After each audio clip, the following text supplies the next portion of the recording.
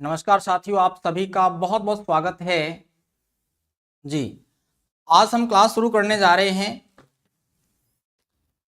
Second class है भौतिक प्रदेशों के अंदर।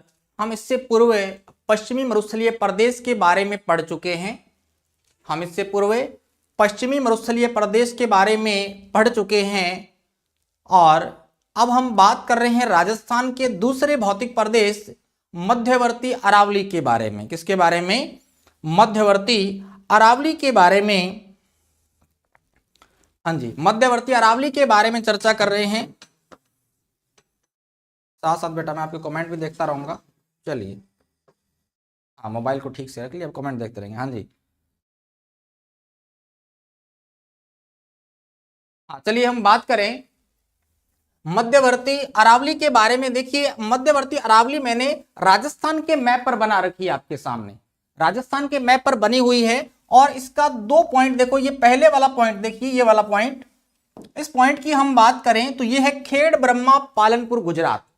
अरावली की हम बात करें, अरावली के विस्तार के बारे में हम बात करें तो राजस्थान के अंदर जो अरावली का विस्तार है वह दक्षिण पश्चिम, ये दिशा कौन सी हो गई? दक्षिणी पश्चिमी।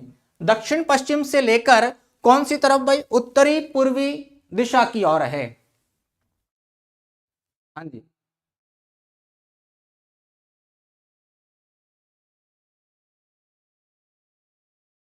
नहीं बेटा, कल क्लास नहीं हुई थी। कल नहीं हुई थी बेटा क्लास। चलिए, मतलब दक्षिणी पश्चिमी दिशा से लेकर उत्तरी पूर्वी दिशा की ओर क्या है? अरावली का विस्तार है। और हम बात करें ये राजस्थान के तो बीचों बीच से गुजर रही है और इसकी जो शुरुआत हो रही है वो गुजरात के खेड़ ब्रह्मा से हो रही है। और खेड़ ब्रह्मा कहां है? पालनपुर में। और पालनपुर कहां है? गुजरात के अंदर है। उसी के बाद हम बात करें, ये जो पॉइंट है ये है रायसीना की पहाड़ियां दिल्ली में। रायसीना की पहाड़ियां दिल्ली। चलिए हम बात करें रायसीना की पहाड़ियां दिल्ली।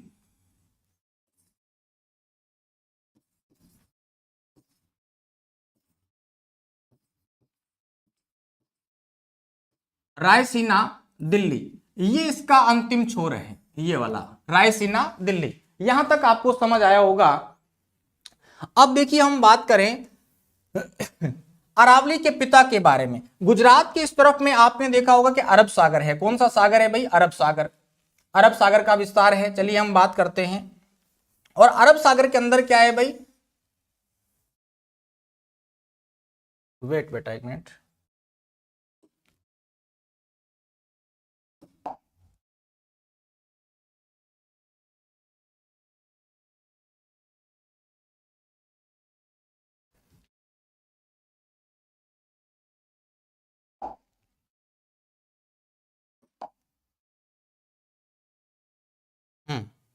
अब देखिए हम बात करें, ये जो एरिया है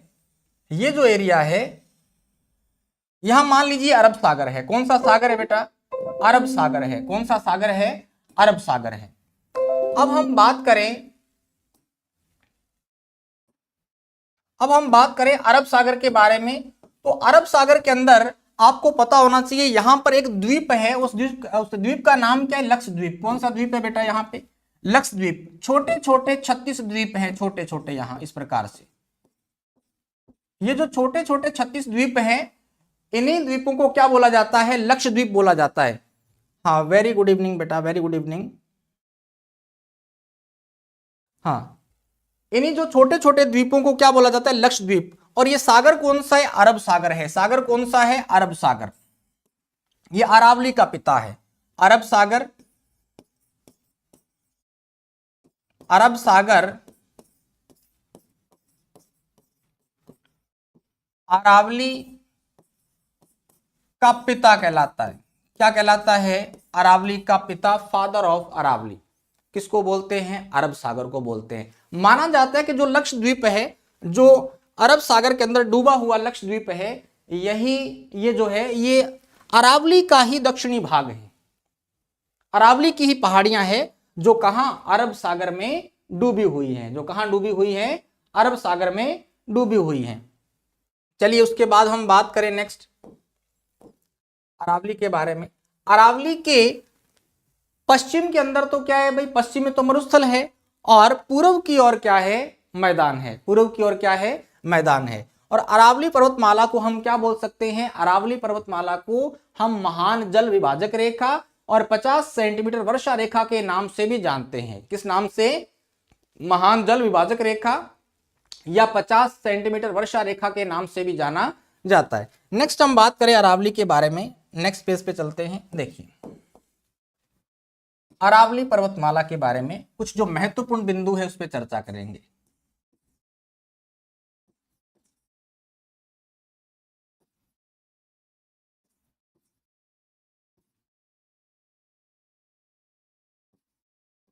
अरावली पर्वतमाला के बारे में हम बात करें, देखिए अरावली पर्वतमाला के विस्तार के बारे में सबसे पहले हम बात करेंगे और इसकी जो तुलना की जाती है वो अमेरिका के अपलेशियन पर्वत से की जाती है, उसके बारे में भी हम चर्चा करेंगे।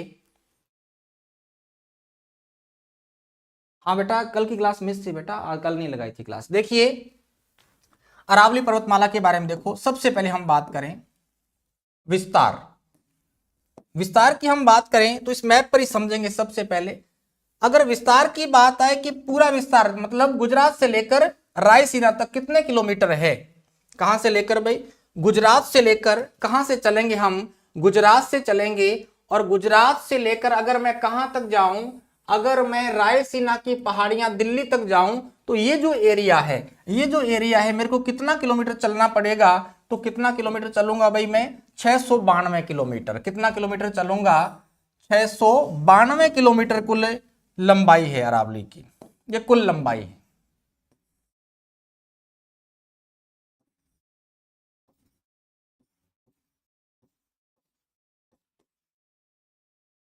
कुल लंबाई की हम बात करें तो कितनी है बेटा, 692। कितनी है, 692 किलोमीटर है, 692 किलोमीटर है, ये आप याद रखेंगे। उसके बाद मैं बात करूं कि ये जो जिला कौन सा है, प्रवेश कहां से, सिरोही जिला से, और बाहर कौन से जिला से, झुंझुनू से। तो ये जो पॉइंट है जहां से राजस्थान में ये प्रवेश कर रही है, ये पॉइंट है, ये कौन सा जिला है भाई, सिरोही जिला है। कौन सा जिला है, सिरोही जिला है।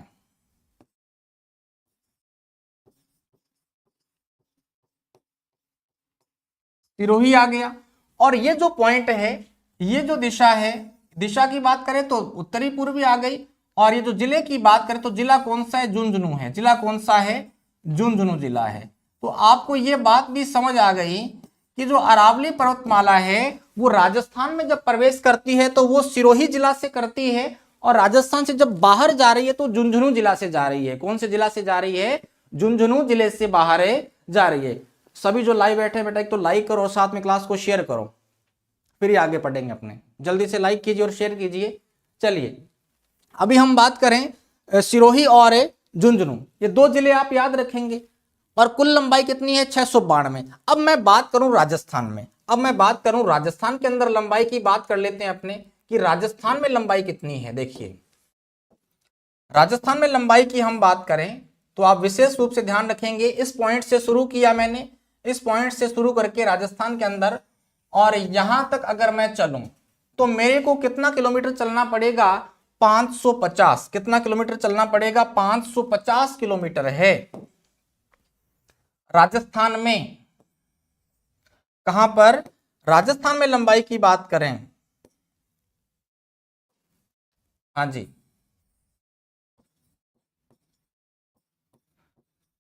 राजस्थान में कितनी है,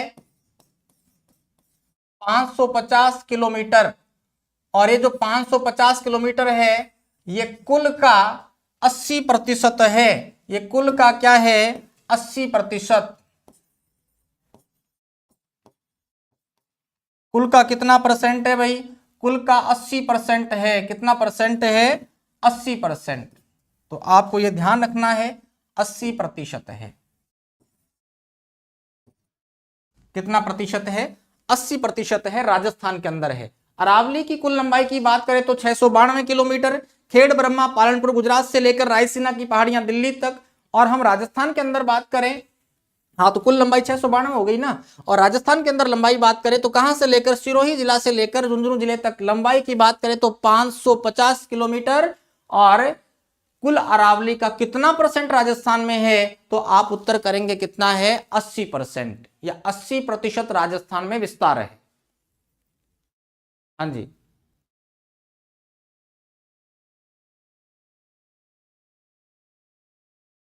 क्लास का टाइम 8:15 का रहेगा बेटा कल से, 8:15। ध्यान रखना, जो भी बच्चे लाइव आते हैं डेली 8:15 पे। चलिए हाँ, यहां तक आप सभी को समझ आया, कोई दिक्कत नहीं है। इसके बाद हम बात करें कुछ जो लिखने वाले बिंदु है वो लिख लेते हैं अपन। अरावली पर्वतमाला के बारे में देखिए।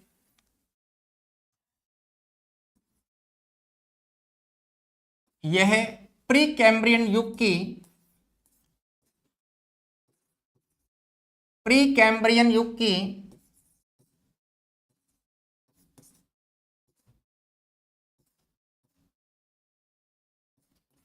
कैम्ब्रियन युग की प्राचीन प्राचीन प्लस में वलित, प्राचीन तथा वलित श्रेणी की पर्वतमाला है। वलित श्रेणी की, वलित श्रेणी की पर्वतमाला है जी। अब हम बात करें इस पर्वतमाला की तुलना,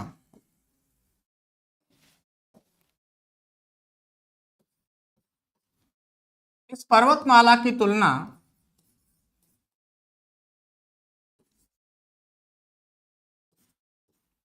पर्वतमाला की तुलना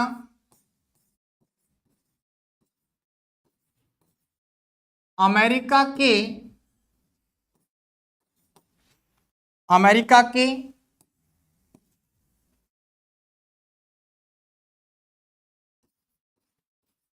अपलेशियन, अमेरिका के अपलेशियन पर्वतमाला से की जाती है,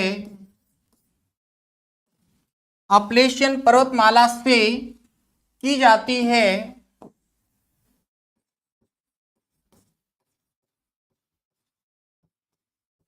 ये पॉइंट आप ध्यान रखेंगे। क्लियर, कोई दिक्कत नहीं है। हाँ जी। उसके बाद हम बात करें, नेक्स्ट जो पॉइंट हमारे सामने है, अरावली पर्वतमाला की ढलानों पर, अरावली पर्वतमाला की ढलानों पर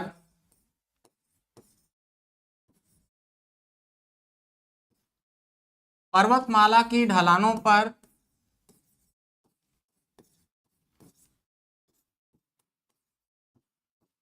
मक्का की खेती की जाती है,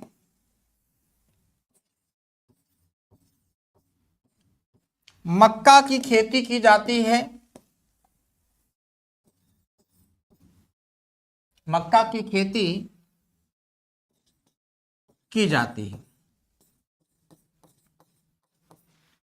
ये बात क्लियर। सर्वाधिक खनिज पाए जाते हैं अरावली पर्वतमाला में, क्या है भाई, सर्वाधिक खनिज है। प्रश्न आ जाए राजस्थान के किस भौतिक प्रदेश में सर्वाधिक खनिज है, तो आप उत्तर क्या करेंगे, अरावली पर्वतमाला में।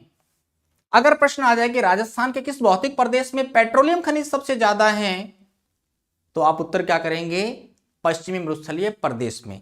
अगर प्रश्न आ जाए कि राजस्थान के किस भौतिक प्रदेश में कम गहराई पर पेट्रोलियम खनिज पाया जाता है या कोयला पाया जाता है, तो आप उत्तर क्या करेंगे, आप उत्तर करेंगे पश्चिमी मरुस्थलीय प्रदेश। अगर सीधा प्रश्न आता है कि राजस्थान के किस भौतिक प्रदेश में सर्वाधिक खनिज ऑल ओवर पूछे, तो आप उत्तर क्या करेंगे, हाँ, मध्यवर्ती अरावली पर्वतीय प्रदेश।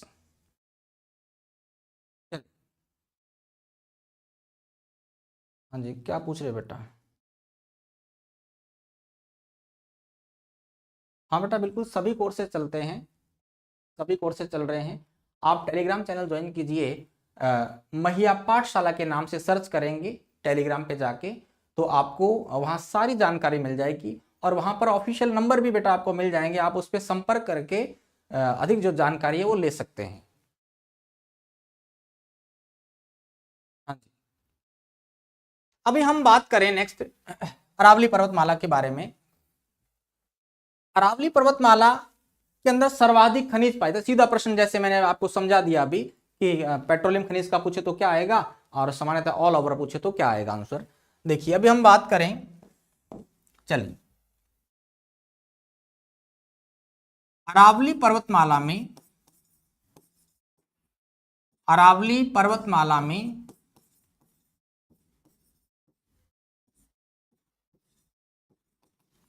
सर्वाधिक खनिज पाए जाते हैं, सर्वाधिक खनिज पाए जाते हैं।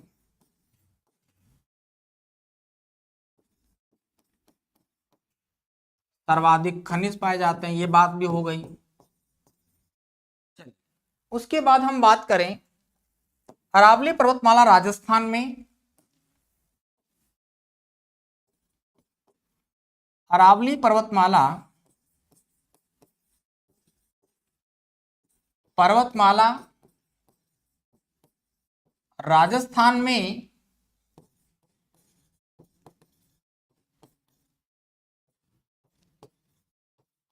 राजस्थान में जल विभाजक, जल विभाजक रेखा के रूप में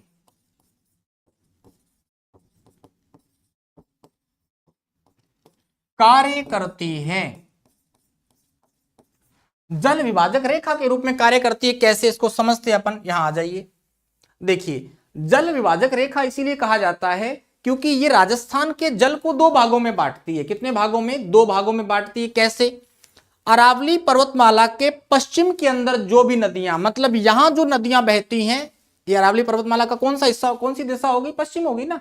अरावली पर्वतमाला के पश्चिम के अंदर, पश्चिम के अंदर जितनी भी नदियां बहती हैं वो कहां जाएंगी? अरब सागर में। कहां जाती हैं? अरब सागर में। वैसे मोस्टली मरुस्थलीय नदियां जो है वो आंतरिक प्रवाह क्रम की हैं, मतलब धरातल पर ही सूख जाती हैं। लेकिन फिर भी हम बात करें इस साइड के अंदर जो नदियां बहती हैं, जो सागरीय प्रवाह क्रम की नदियां हैं, वो अपना जल अरब सागर में ले जाएंगी।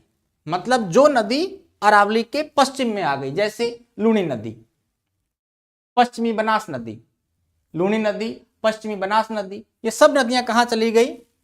अरब सागर में। और हम बात करें अरावली पर्वतमाला के पूर्व में, अरावली पर्वतमाला के पूर्व में मतलब इस इलाके में बहने वाली जितनी भी नदियां हैं, वे सब नदियां चंबल नदी की सहायता से अपना जल यमुना में, और यमुना के माध्यम से कहां जाता है? बंगाल की खाड़ी में जाता है। यह महत्वपूर्ण है, ये याद ध्यान में रखेंगे। इसीलिए मैंने क्या लिखा है अरावली पर्वतमाला के बारे में कि अरावली पर्वतमाला राजस्थान में एक जल विभाजक रेखा के रूप में काम करती है। क्लियर बात? हाँ जी। उसी के बाद हम बात करें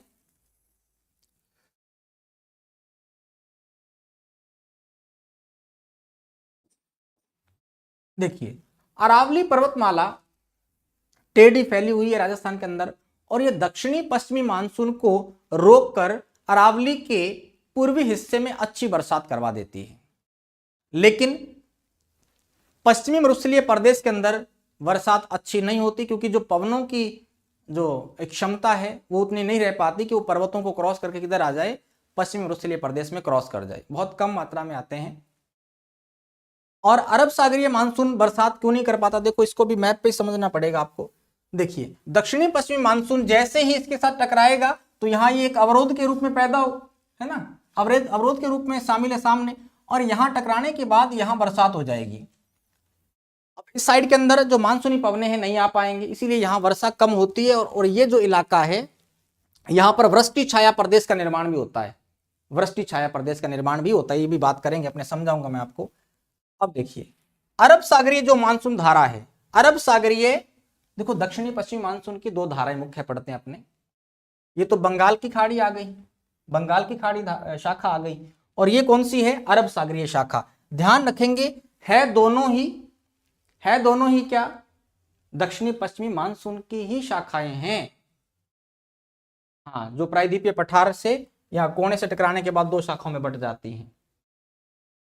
चलिए, हाँ, ये भारतीय भूगोल के अंदर अपने चर्चा करेंगे बेटा डिटेल से मानसून के बारे में। अभी हम बात करें जो अरब सागरीय मानसूनी शाखा है, अब इसके सामने अवरोध नहीं है, तो अवरोध नहीं है मतलब अरावली पर्वतमाला जो समानांतर है किसके, अरब सागरीय मानसूनी धारा के, और ये ऊपर से बह जाती है, और अरब सागरीय मानसून धारा भी यहां पर बरसातें नहीं कर पाती, क्योंकि अरावली पर्वतमाला क्या है इसके, अरावली पर्वतमाला इसके समानांतर है, ये बड़ा कारण है।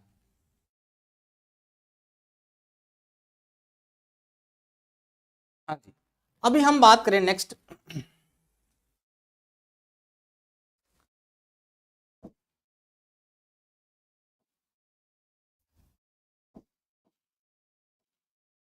अरावली पर्वतमाला के नाम के बारे में चर्चा करते हैं। नाम, पहले नाम देखते हैं। देखिए, भौगोलिक भाषा,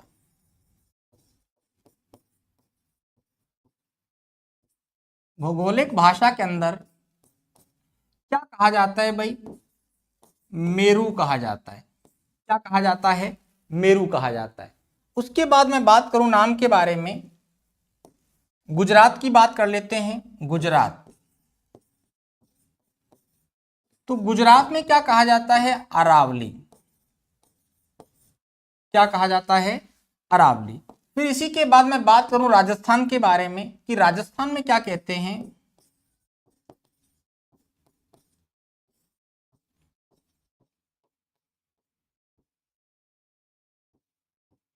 आडा वटा।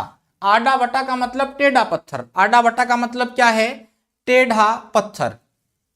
आडा वटा का मतलब क्या होता है, टेढ़ा पत्थर। यहां अब देखिए, भौगोलिक भाषा के अंदर तो मेरू बोल दिया, गुजरात में क्या बोलते हैं, अरावली, और राजस्थान के अंदर या राजस्थान की स्थानीय भाषा में हम क्या बोलते हैं, आडा वटा इसको बोलते हैं।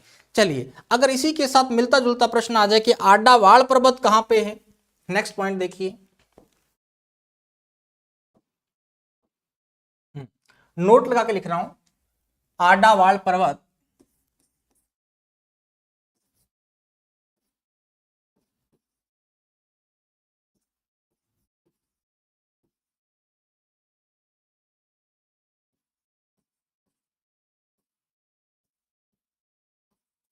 बूंदी में है। आडावाल पर्वत कहां पे है, बूंदी में। अब देखिए, अरावली के विस्तार के बारे में बात करते हैं। अरावली का विस्तार,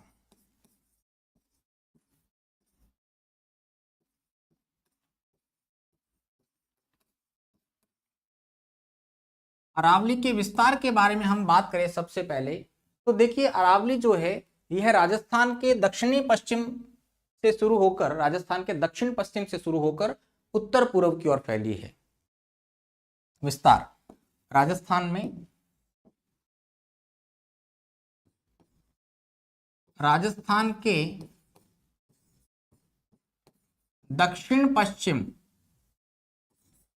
से उत्तर पूर्व की ओर,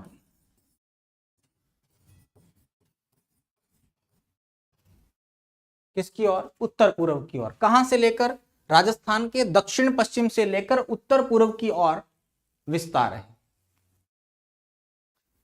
यह राजस्थान में जनेऊ के समान फैली है। यह राजस्थान में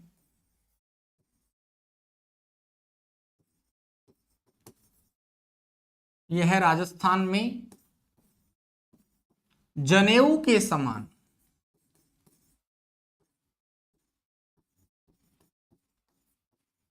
जनेऊ के समान फैली है। यह राजस्थान में जनेऊ के समान फैली है, या कहे कर्णवत फैली है। कैसे फैली है, कर्णवत, कर्ण के समान, जैसे आधार लंब स्क्वायर कर्ण नहीं पढ़ा क्या आपने, तो कर्ण के समान फैली है। कैसे फैली है, कर्ण के समान फैली है। नेक्स्ट लिख देता हूं ये भी,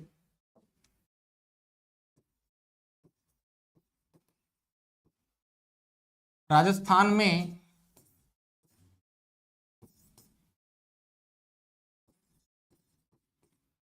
कर्णवत फैली है या कर्ण के समान फैली है। आधार लंब कर्ण आपने सुना होगा त्रिभुज के अंदर। हाँ हाँ, तो कर्ण के समान फैली, टेढ़ी तो फैली ना। जनेऊ भी कैसे होता है, टेढ़ा ही होता है। जनेऊ भी कैसा होता है, टेढ़ा होता है। तो जनेऊ के समान या कर्णवत फैली है कौन, अरावली। अब हम बात करें अरावली के विस्तार के बारे में। अरावली का सर्वाधिक विस्तार कहाँ है, कम विस्तार कहाँ है, लंबाई कहाँ ज्यादा है, वो चर्चा करते हैं अपने। देखिए सबसे पहली बात, सर्वाधिक विस्तार।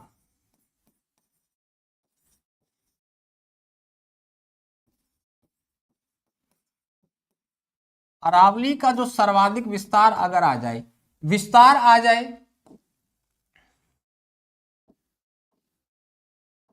तो उत्तर क्या करेंगे आप, उदयपुर।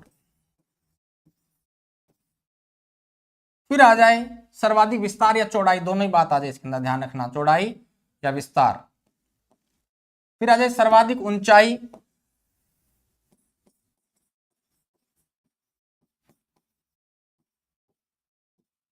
सर्वाधिक ऊंचाई अगर आ जाए, ऊंचाई अगर आ जाए तो उत्तर क्या करेंगे आप, सिरोही। क्या आंसर करेंगे, सिरोही। उसके बाद मैं बात करूं सर्वाधिक लंबाई, अरावली की सर्वाधिक लंबाई,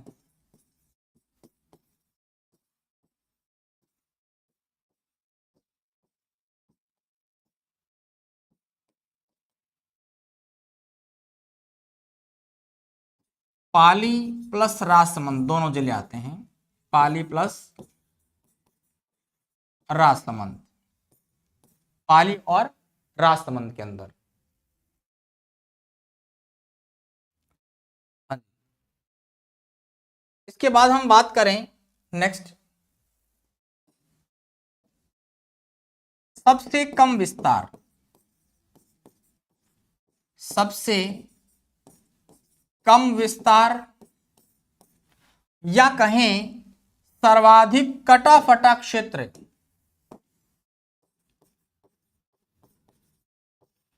सर्वाधिक कटा फटा एक क्षेत्र, तो उत्तर क्या आएगा, सर्वाधिक कटा फटा क्षेत्र पूछ लिया जाए तो आप उत्तर करेंगे अजमेर।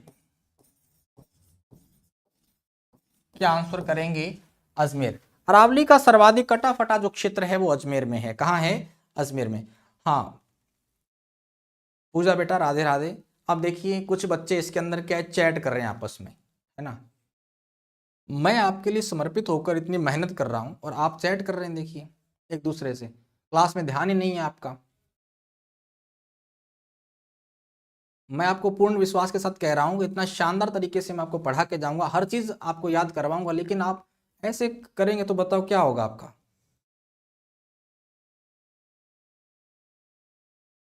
हम्म, आपस में बातें नहीं करें बेटा। चलिए अभी हम बात करें सर्वाधिक विस्तार उदयपुर के अंदर, सर्वाधिक ऊंचाई सिरोही में, सर्वाधिक लंबाई पाली व राजसमंद में, और सबसे कम विस्तार कहाँ, या लिखा जाए सर्वाधिक कटा फटा क्षेत्र आ जाए तो आप उत्तर क्या करेंगे, अजमेर करेंगे। उत्तर क्या करेंगे, अजमेर आंसर करेंगे इसके अंदर। चलिए इसके बाद हम बात करें, एक प्रश्न है आपके सामने बीच में, वो मरुस्थल के बाद लिखाना था, वैसे वो रह गया लिखवाने वाला। देखिए 4 प्रश्न है, 4 प्रश्न की बात करते हैं अपने, 4 प्रश्नों की बात करते हैं। पहला प्रश्न देखिए, ये तो हो गया ना, सर्वाधिक विस्तार कहाँ पे है, उदयपुर में, चौड़ाई भी यहीं आ जाएगा। सर्वाधिक ऊंचाई कहाँ पे है, सिरोही में है। सर्वाधिक लंबाई कहाँ पे है, पाली और राजसमंद में है। सबसे कम विस्तार या सर्वाधिक कटाफटा क्षेत्र कहाँ पे है बेटा, अजमेर के अंदर है। कहाँ पे है, अजमेर में। देखो एक प्रश्न लिख के देता हूँ, 4 प्रश्न यहां लिखेंगे अपन, 4 प्रश्न लिखते हैं। देखिए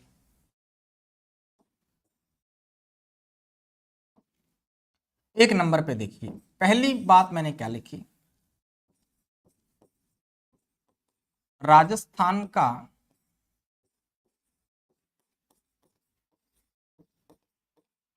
सबसे शुष्क स्थान, ये प्रश्न आपको ना लिखवाने थे, 4 में नहीं रह गए थे, अभी नोट करवा देता हूं, ये कहीं भी आप लिख लीजिए इसको, या पीडीएफ मिल जाएगी बेटा, उसमें देख लेना। चलिए 2 नंबर पे देखिए,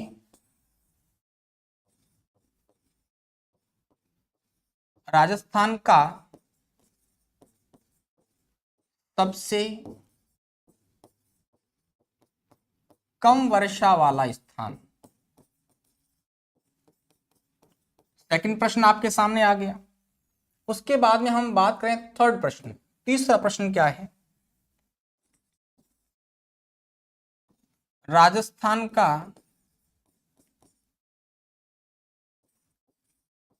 वनस्पति रहित गांव। राजस्थान का वनस्पति रहित गांव मतलब जहां पेड़ पौधे नहीं हो। उसके बाद देखिए नेक्स्ट में बात करूं 4 नंबर पे, मरुस्थलीकरण से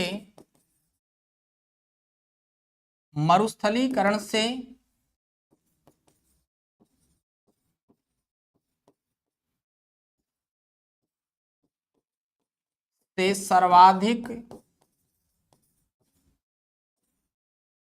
प्रभावित गांव। चारों का उत्तर अलग रहेगा, चारों का उत्तर क्या रहने वाला है, अलग रहने वाला है। चारों का उत्तर क्या रहने वाला है, अलग। कंफ्यूज नहीं होना बेटा, बहुत शानदार प्रश्न है ये 4 लाइनें आपके सामने लिखी ना, तो आपको किसी ना किसी पेपर में देखने को मिलेंगी। ये देखिए, सबसे शुष्क स्थान कौन सा बताया था मैंने आपको, सबसे शुष्क स्थान है बेटा फलोदी। कौन सा है, फलोदी। ये आप विशेष रूप से ध्यान रखेंगे। शुष्क क्यों है, मैंने समझा है कि फलोदी का जो धरातल है, धरातल कैसा है, पथरीला है, बरसात तो होती है लेकिन वो जल सोख नहीं पाती भूमि, भूमि के अंदर क्षमता नहीं है नमी धारण करने की, क्योंकि पत्थर है, पत्थर कैसे नमी धारण करेगा, तो इसीलिए वो वाष्प बन के उड़ जाता है और भूमि फिर से कैसी, शुष्क। सबसे शुष्क स्थान फलोदी आ जाएगा। राजस्थान का सबसे कम वर्षा वाला स्थान, अब बरसात तो कम होती है वहां, लेकिन वो आर्द्र है, किससे, फलोदी से। तो सम है ना, सम, सम जैसलमेर, तो उत्तर क्या आ जाएगा बेटा, सम जैसलमेर। सम जैसलमेर में भले ही कम बरसात होती है, लेकिन फिर भी उसकी जो भूमि है, उसकी जो मिट्टी है, वो आर्द्रता को या नमी को धारण कर लेती है, पत्थर तो बिल्कुल ही नहीं करेगा, इसीलिए फलोदी सबसे शुष्क स्थान है। चलिए सबसे कम वर्षा वाला स्थान, तो हम बात करें सम, और सम कहां पे है, जैसलमेर में, ये आ जाएगा। अब देखिए राजस्थान का वनस्पति रहित गांव, मतलब जहां पेड़ पौधे नहीं हो, वो कौन सा गांव है, खुंडी गांव है। कौन सा गांव है, खुंडी गांव, जैसलमेर।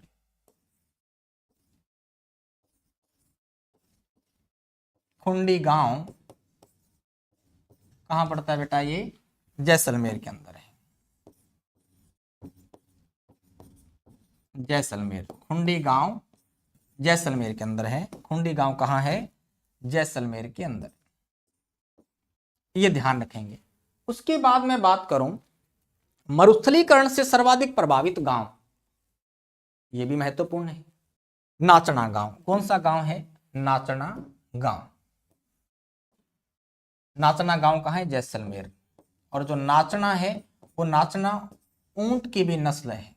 नाचना गांव कहां है बेटा, ये जैसलमेर में है। कहां है, जैसलमेर के अंदर। देखो ये 4 लाइनें आपको ध्यान रखनी है, बहुत ही महत्वपूर्ण है।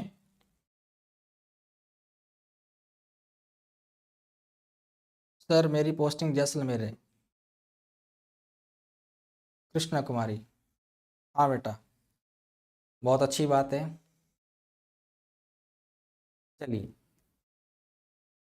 अभी हम बात करें, ये 4 लाइनें आपने ध्यान में रखनी है, चारों लाइन आपने ध्यान में रखनी है। इसी के बाद हम नेक्स्ट देखें जो अरावली पर्वतमाला है। अरावली पर्वतमाला के 3 हिस्से हम पढ़ेंगे। कितने हिस्से पढ़ेंगे, 3 हिस्से पढ़ेंगे। कितने हिस्से पढ़ेंगे, 3 हिस्से हम पढ़ेंगे। देखिए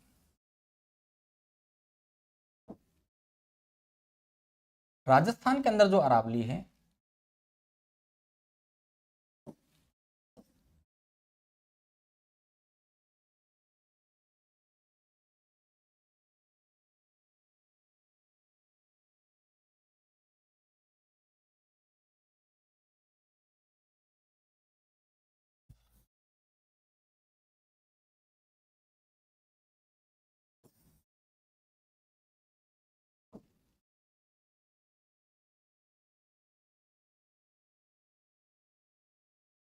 चलिए, अरावली को 3 हिस्सों में बांटेंगे। कितने हिस्सों में बांटेंगे? 3 हिस्सों में बांटेंगे। अब अरावली को अलग तरीके से बना के दूंगा मैं आपको, पहले वाले तरीके से नहीं बनाएंगे बेटा। चलिए देखिए, इस प्रकार से जो अरावली है, अरावली की शुरुआत होती है।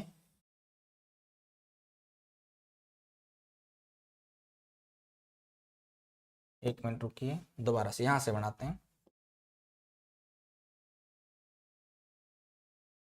ये ऊंची चोटी बना दी, उसके बाद में ऊंची ऊंची चोटियां हैं। यहां पे चोटियां कैसी हो गई? छोटी हो गई, कटा फटा भाग आ गया। फिर यहां बड़ी चोटियां आ गई। चलिए,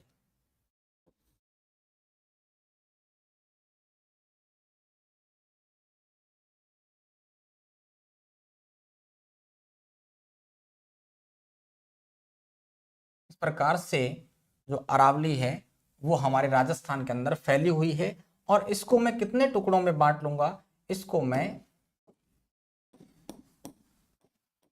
हाँ जी, इसको मैं 3 टुकड़ों में बांटूंगा। कितने टुकड़ों में बांटेंगे बेटा? 3 टुकड़ों के अंदर हम इसको बांट लेंगे। 3 टुकड़ों में हम इसको बांटेंगे। कुछ यहाँ ऊंची पहाड़ियां भी हैं, ज्यादा इतनी नीचे भी नहीं है। चलिए, अभी हम बात करें, अरावली पर्वतमाला को हम 3 टुकड़ों में बांटकर पढ़ सकते हैं। कितने टुकड़ों में बांटकर पढ़ सकते हैं? ये मैं लाइनें लगा रहा हूं। देखिए, एक तो ये हिस्सा हो गया, एक ये हिस्सा हो गया, और एक ऊपर का ये जो बचा हुआ हिस्सा, ये वाला। 3 टुकड़े बांट दिए अपनों ने, 3 टुकड़ों में बांट लिया। ये जो हिस्सा है इसको हम क्या बोलेंगे? दक्षिणी अरावली। क्या बोलूंगा मैं? दक्षिणी अरावली नाम दिया मैंने किसको? इस हिस्से को। कौन सी अरावली है?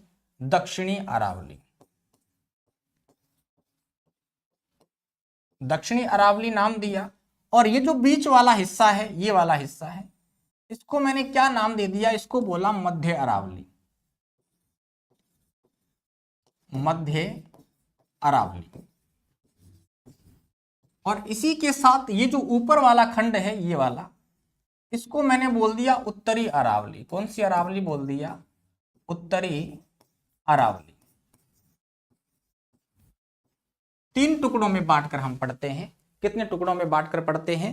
3 टुकड़ों में बांटकर पढ़ते हैं। एक है दक्षिणी अरावली, और फिर मध्य अरावली, और उसके बाद उत्तरी अरावली। चलिए, दक्षिणी अरावली की हम बात करें, औसत ऊंचाई, औसत जो ऊंचाई है वो कितनी है? 1000 मीटर है। कितनी है? 1000। अगर आपसे ऑल ओवर पूछ लिया जाए पूरी अरावली की औसत ऊंचाई कितनी है, तो हम उत्तर क्या करते हैं? 930 मीटर। वो भी मैं यहां लिख रहा हूं, अरावली की औसत ऊंचाई,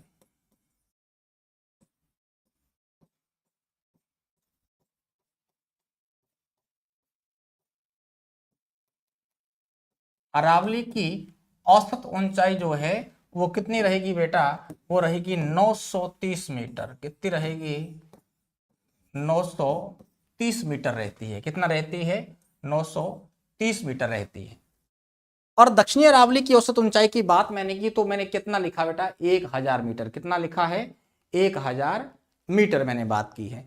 अब देखिए, दक्षिणी अरावली की औसत ऊंचाई 1000 मीटर है। सबसे ऊंची चोटी दक्षिणी अरावली की,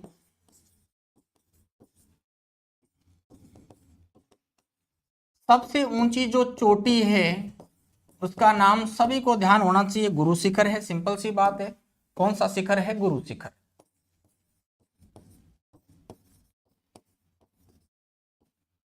गुरु शिखर। अब यहां मान लो ये गुरु शिखर है, इसको मैंने क्या लिख दिया? गुरु शिखर बता दिया।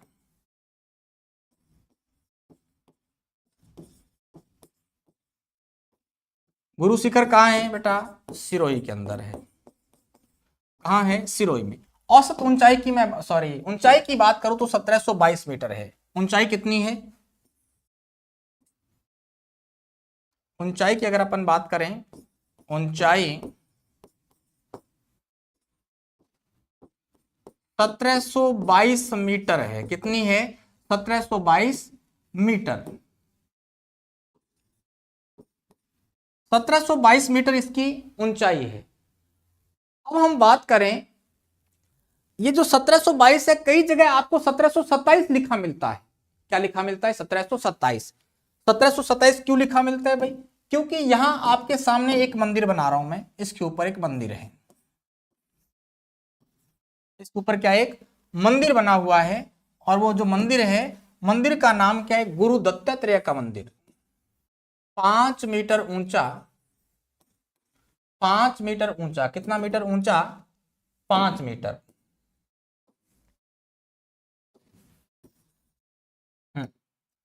5 मीटर ऊंचा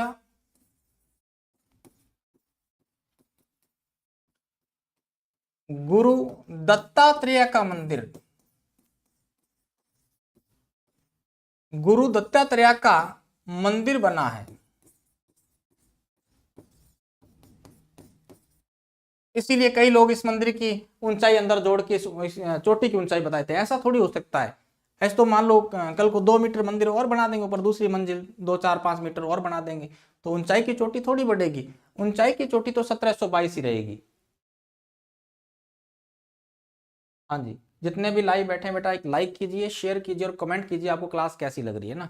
और इस क्लास को जो भी अभ्यर्थी बाद में देखेंगे वो भी कमेंट करके जरूर बताएंगे कि आपको क्लास कैसी लगी और आप राजस्थान के किस जिले से इस वीडियो को देख रहे हैं। चलिए अभी हम बात करें उत्तरी अरावली और मध्य अरावली। उत्तरी अरावली की हम बात करें, औसत ऊंचाई,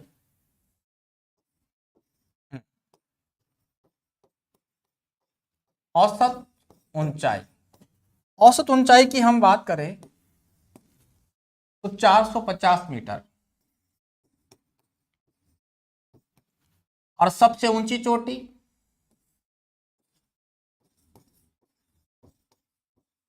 सबसे ऊंची चोटी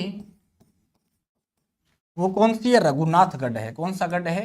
रघुनाथगढ़। ये ध्यान रखेंगे बेटा, रघुनाथगढ़। वैसे मैं चोटियां नेक्स्ट क्लास के अंदर आपको याद करवाऊंगा, पूरी की पूरी क्लास के अंदर ही याद हो जाएंगी। हाँ, बार बार माथापच्ची करने की आवश्यकता नहीं है। अभी हम बात करें मध्य अरावली। मध्य अरावली की औसत ऊंचाई की बात करें, मध्य अरावली की औसत ऊंचाई के बारे में हम चर्चा करें। औसत ऊंचाई 700 मीटर है। कितनी है? 700 मीटर। और एक छोटी सी बात और लिखें, सबसे ऊंची चोटी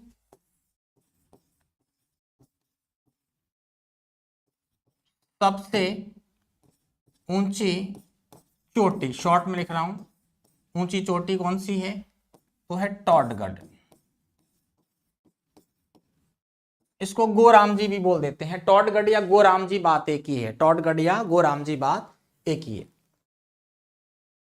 आप जल्दी से कमेंट करेंगे सभी, और जितने भी बच्चे लाइव बैठे हैं, और मेरे को बताएंगे कि आप राजस्थान के कौन से जिला से देख रहे हैं और ये क्लास आपको कैसी लगी, और साथ में शेयर भी करेंगे और लाइक भी करेंगे। बहुत बहुत धन्यवाद। जय हिंद, जय भारत।